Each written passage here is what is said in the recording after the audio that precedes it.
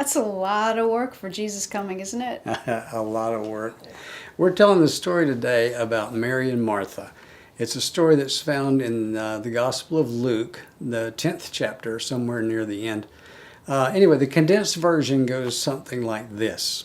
Jesus and his followers, disciples, followers, people, were going to Bethany from Jerusalem. And I think it's Jerusalem, right? Yes. Yeah. And they came upon Martha's house. And Martha, Lazarus, Mary, they were all friends. So Martha invites them in. They come in. All these people come in. She starts preparing food. And she realizes that Mary's not there. Mary's at Jesus' feet listening to him teach and talk. And so Martha gets a little frustrated, and she comes and tells Jesus, look, my sister has left me to do all the work. Make her come help me. And Jesus looks at her and says, Martha, Martha, she's chosen what's right, and it'll not be taken from her. And that's really about the story. It is right? short, isn't it? Yeah, it is short. Yeah.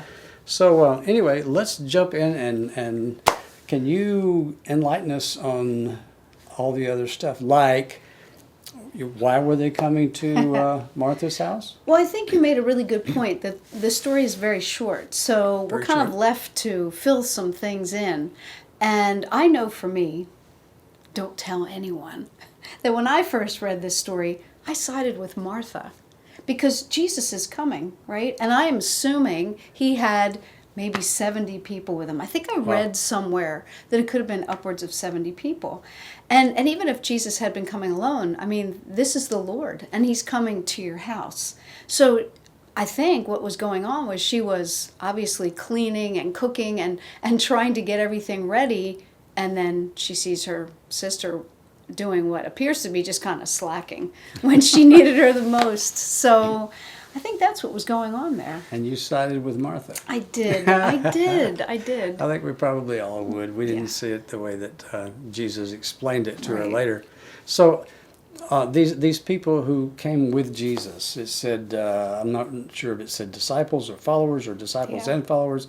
Who do you think made up that crowd? Probably both. You know, I think that the people that were following Jesus, which included the disciples, you know, they came along with him.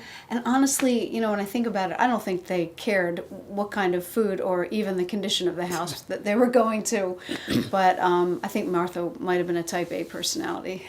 And it could have been a male-female thing. You know, women tend to worry about these kinds of things.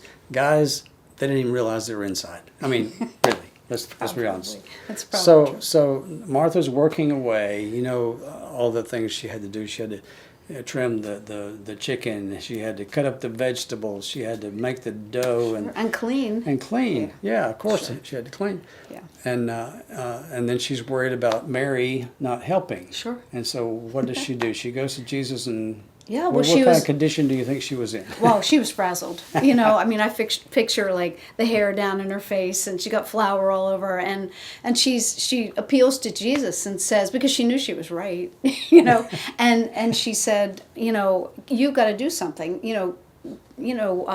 not punish her, but, you know, chastise her or something, do something, because she's not in this kitchen helping me. And, you know, at one point I remember thinking, well, why can't everybody be in the kitchen helping? You know? There's an idea. And then Jesus drops the bomb, and he says, no, she made the right choice. And that's when you kind of have to reel it back in. I've always heard that there's something about Jesus' eyes. And probably when he looked at her and said, Martha, Martha. You know, so like, you know, Martha. And she probably saw it all in his eyes. Yeah, I think it probably took her a minute or two. She still had all that stuff boiling in the kitchen, but yeah. So when Jesus told Martha that, no, she'd made the right decision, it'll not be taken away from her, Right. how do you think Martha felt? I think at first maybe she felt misunderstood. Like, you know what, he doesn't get it, He doesn't- you know? I know Jesus after all doesn't he get is it. God.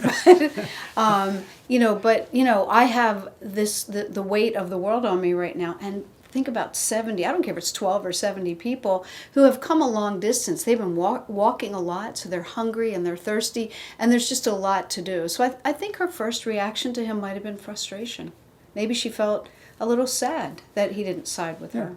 And why didn't Mary help Martha? Because she did make the wiser choice, because Jesus was only going to be with them for a short time, and she recognized that. Not that Martha didn't. We can't vilify Martha here either. Yeah. She probably thought, this is basically my gift and we can talk afterwards, or or whatever, but she wanted to provide something nice for everyone. Okay, so Jesus tells Martha. Martha takes it, understands it, deals with it. Yeah. So what do you think the lesson is that we're supposed to learn from all this? Well, I think that especially nowadays, there are so many choices that we can make that we tend to put worship, Bible study, church, everything else as a secondary thing. I even know that, people who go to church are still on their cell phones, or if you're studying the Bible, if you're studying it on your phone, you're still getting those messages coming up. Yeah. So I think, really learning how to discipline ourselves. So I think that was the big lesson in this. Make the wiser choice, that things of this earth are just not that important. So make what's important, important, and That's right. what's primary, primary. Exactly. Okay. Well, there you have it.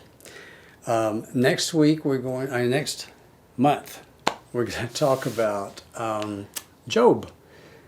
Job ran into some problems, and we're going to talk about those and do a little skit, some videos, some whatever to That'll be try fun. to help explain that.